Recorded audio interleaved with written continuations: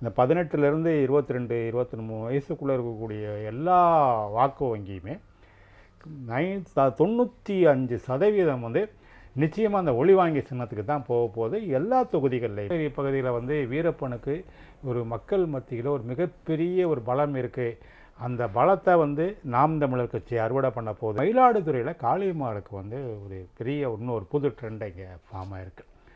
அவங்க வந்து அதை ரொம்ப அவங்க படித்த படிப்பு, அவங்க பல்வேறு வாங்கிய பட்டங்கள், இதையெல்லாம் விட அவங்க இறங்கி போய் சாதாரணமாக வீட்டில் உட்காந்துக்கிட்டு ஒரு தண்ணியை குடிச்சிட்டு, வெறும் தண்ணி தான் அவங்க சில நேரங்கள் வாங்கி குடிக்கிறாங்க. குடிச்சிட்டு அவங்க யதார்த்தமாக பேசுகிறது வந்து இன்றைக்கி மயிலாடுதுறை பகுதியில் ஒரு பெரிய ஒரு மாற்றத்தை வந்து அகமுடையார் ஓட்டு அந்நியருக்கு இல்லை அப்படிங்கிற மாதிரியான ஒரு கோஷத்தை முன் வச்சு இப்போ எழிலரசிக்கு ஆதரவாக அங்கே இருக்கக்கூடிய அகமுடையார் அமைப்புகள்லாம் இப்போ பிரச்சார களத்தில் இறங்கிட்டாங்க.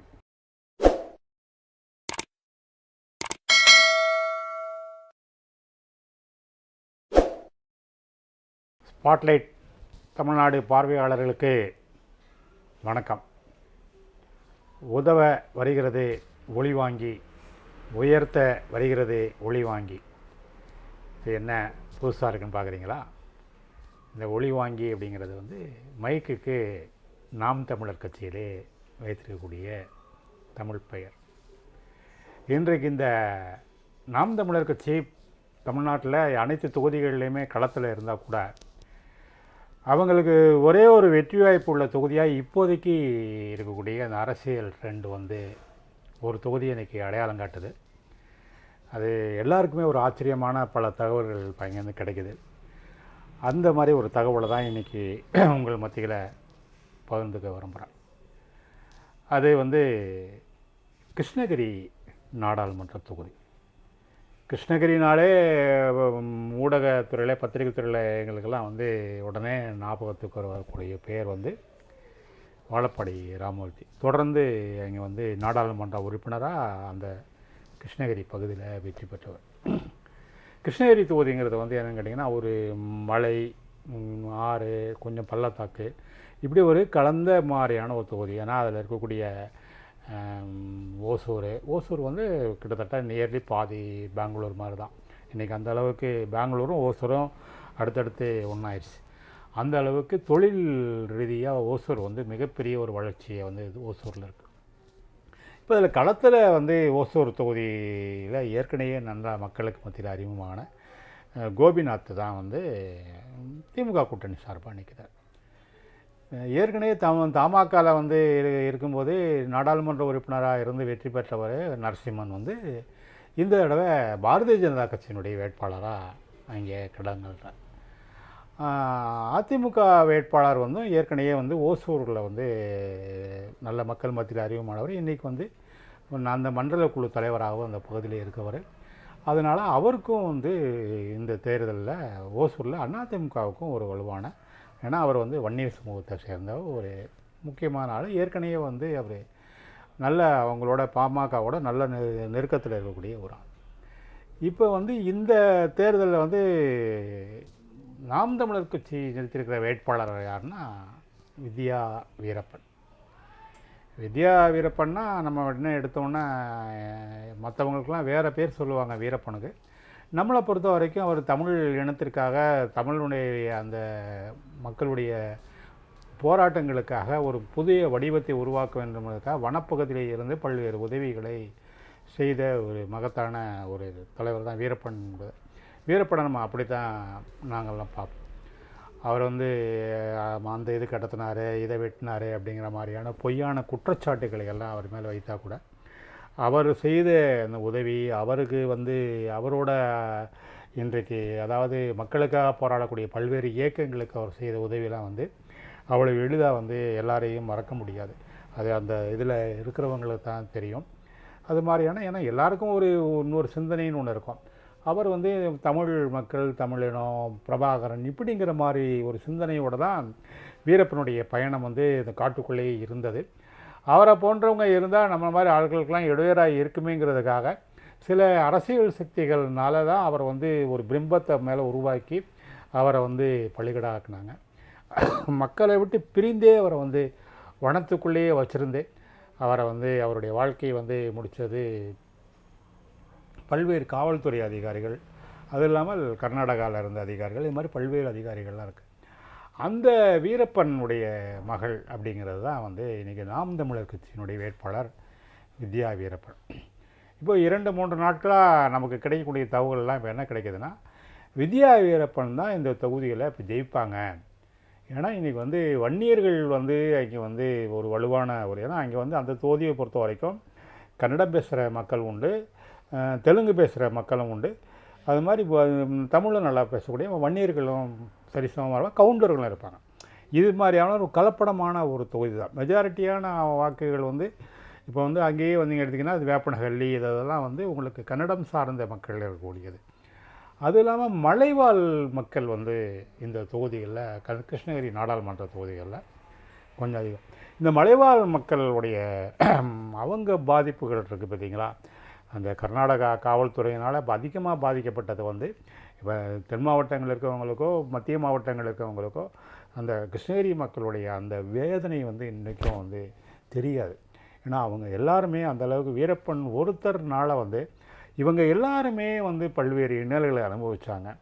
அவங்களெலாம் இன்றைக்கி வித்யா வீரப்பனை ஜெயிக்க வைக்கிறதுக்கு கடுமையான ஒரு வேலையை பண்ணுறாங்க. இதுதான் கிராமங்களில் மலைவாழ் கிராமங்களில் முழுக்க அவங்களுக்கு ஒரு பெரிய ஒரு இமேஜை வந்து உருவாக்கியிருக்கு.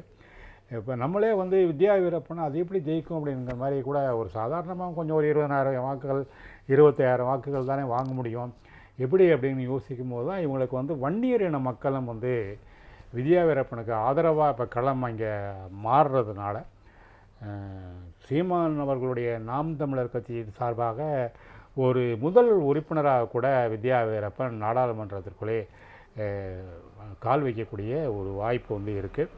அது வந்து மக்கள் வந்து யாரை தேர்வு செய்வாங்கன்னா இன்றைக்கி இருக்கிறது இது வந்து ஜெயலலிதாவும் கிடையாது, கருணாநிதியும் கிடையாது, விஜயகாந்தும் கிடையாது, இந்த மாதிரி எல்லா ஆளுமைகளும் டோட்டலாக இப்போ க்ளோஸ். இப்போ இன்னும் புதுசான ஒரு தலைவர்கள் தான் நீங்கள் வந்து உருவாகி வரணும். அப்படி உருவாகி வந்துக்கிட்டு இருக்கிற ஒரு முக்கியமான தலைவர் வந்து சீமானுக்கு வந்து ஒரு தனி இடம் உண்டு. இன்றைக்கி வந்து ஒரு நண்பர் பேசும்போதே சீமான் கட்சியில் அவரை விட்டால் வேறு யாருங்க இருக்கா அப்படின்னு. சரி, தனி ஆவர்த்தனமாக இருந்தால் கூட என்றைக்குமே வந்து நாதஸ்வரத்தில் வாசித்தா கூட தனியாக அந்த நாதஸ்வரம் வாசிக்கும்போது அதுக்கு ஒரு தனி பவர் உண்டு. டபுள் வாசித்தாலும் தனியாக வாசிக்கணும், தனியாக ஒரு பவர் உண்டு. அது மாதிரி அவர் வந்து மக்களுக்கான ஒரு பிரச்சனை, மக்களுக்கு எது நல்லது எது அப்படிங்கிற மாதிரியான பயணத்தை தான் நாம் தமிழர் வந்து இன்றைக்கி முன்னெடுத்து சொல்கிறாங்க. அதில் வித்யா வீரப்பனை வந்து கிருஷ்ணகிரி தொகுதி உறுப்பினராக அவங்க வந்து தேர்ந்தெடுக்கணுன்ட்டு ஒரு வாய்ப்பை வழங்கியிருக்காங்க. ஆனால் இந்த வித்யா வீரப்பன் எனக்கு தெரிந்து வந்து கடந்த சில மாதங்களுக்கு முன்பாகலாம் பாரதிய ஜனதா கட்சியில் அவங்க பயணித்தாங்க. பாரதிய ஜனதா கட்சி சார்பாக வேட்பாளராக நம்ம ஆகணுங்க நினச்சிக்கிட்டே அவங்க வந்து கிட்டத்தட்ட ஒரு 2 ஆண்டு காலமாக அந்த பகுதியில் அவங்க போகாத ஏரியாவே இல்லை வித்யா வீரப்பனை பொறுத்த வரைக்கும். ஏன்னா அவங்க ஒரு அந்த தொகுதியை ஒரு எய்ம் பண்ணி ஒர்க் பண்ணி எல்லா இடங்கள்லையும் தன்னை ஒரு அப்பாவை விட்டு போன அந்த பணிகளை வந்து நம்ம செய்யணும், அதுக்கு நம்ம எப்படியாவது நாடாளுமன்ற உறுப்பினராகவோ சட்டமன்ற உறுப்பினராகவோ நம்ம ஆகணும் அப்படின்னு அவங்க ஏற்கனவே அதுக்கு தகுந்த படிப்புகள் எல்லாம். இப்போ வீரப்பனுடைய மகளாக இருந்தால் கூட அந்த ஒரு பேச்சில் ஒரு கவனத்தில் அவங்க ஊடகங்களில் என்ன சொல்கிறாங்கன்னா, நான் எங்கள் அப்பாவோட பேசுனதுங்கிறது வந்து 1 நாள் 2 நாள் தான் இருக்கும், வாழ்க்கையில் நாங்கள் வந்து அவரை விட்டு விலகி தான் இருந்தோம். ஆனால் அவரை மக்கள் வந்து இன்றைக்கும் அவரை வந்து தெய்வமாக அவரை வீரப்பன் தான் நம்மளையெல்லாம் காப்பாற்றின ஒரு மிகப்பெரிய ஒரு பாதுகாவலர். இப்போ நம்ம வரலாற்றுகள் அந்த 300-400 ஆண்டுகளுக்கு முன்பாக மறைந்தவர்கள்லாம் நாம் எப்படி இன்றைக்கி கருப்பசாமி சுடலமாட சாமின்னு கும்பிட்றோமோ அது மாதிரி கிருஷ்ணகிரி பகுதியில் வந்து வீரப்பனுக்கு ஒரு மக்கள் மத்தியில் ஒரு மிகப்பெரிய ஒரு பலம் இருக்குது.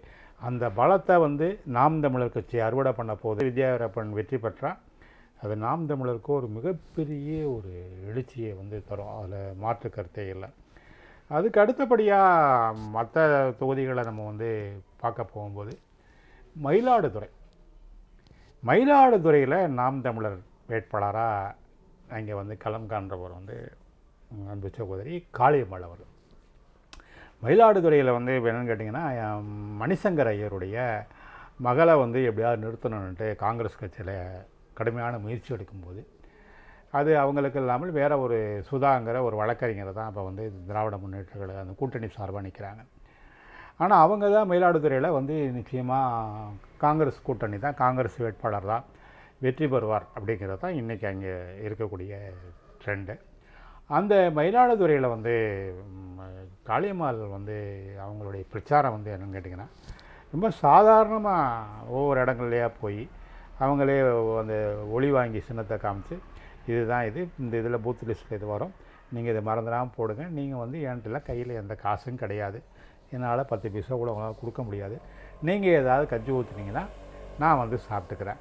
ஆனால் நான் வந்து என்னையை நீங்கள் ஜெயிக்க வச்சுட்டிங்கன்னா நிச்சயமாக மயிலாடுதுறையை வந்து இது வந்து மங்கையருக்கான துறை, மங்கையர் 7 பெண்களுக்கான ஒரு துறையாக வந்து இந்த பகுதியை என்னால் மாற்ற முடியும், நீங்கள் எனக்கு ஒரு வாய்ப்பு கொடுங்க அப்படின்னு ஒரு அதுக்கு அடுத்தபடியாக இன்றைக்கி எப்படி கிருஷ்ணகிரியை பற்றி கணிக்கிறோமோ அதே மாதிரி மயிலாடுதுறையில் காளியம்மாளுக்கு வந்து ஒரு பெரிய இன்னொரு புது ட்ரெண்ட் இங்கே ஃபார்ம் ஆகிருக்கு.